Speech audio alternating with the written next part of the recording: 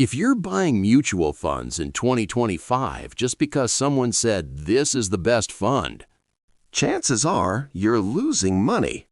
Today, I'm not going to give you fund names. I'm going to show you the system smart investors use.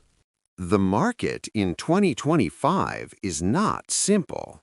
Inflation, interest rates, AI boom, everything is mixed together. So the question isn't, which mutual fund is the best? The question is, which type of mutual fund fits you in 2025?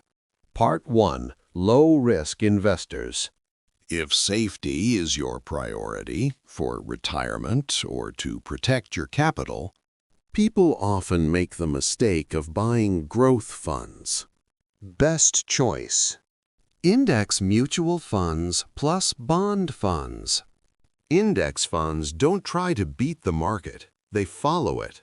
History is simple. most active funds fail to beat the index in the long term. Message. Slow growth, but peaceful sleep. Part 2. Medium risk, long term. Now let's talk about most investors. Those who want growth, but also understand risk. Best choice. Growth mutual funds plus large cap funds. These funds invest in stable companies. Like Apple, Microsoft, and other big players. In 2025, this strategy is powerful because AI and tech growth is far from over. reality check. These funds fluctuate in the short term, but over time, they build serious wealth. Part 3. High risk, high growth. If you are young, have a 5 to 10 year horizon, and aren't afraid of volatility, best choice. Sector mutual funds, AI, tech, healthcare. But here's the biggest mistake people make. They go all in. Wrong. Putting 100% of your money into a single sector fund. Right.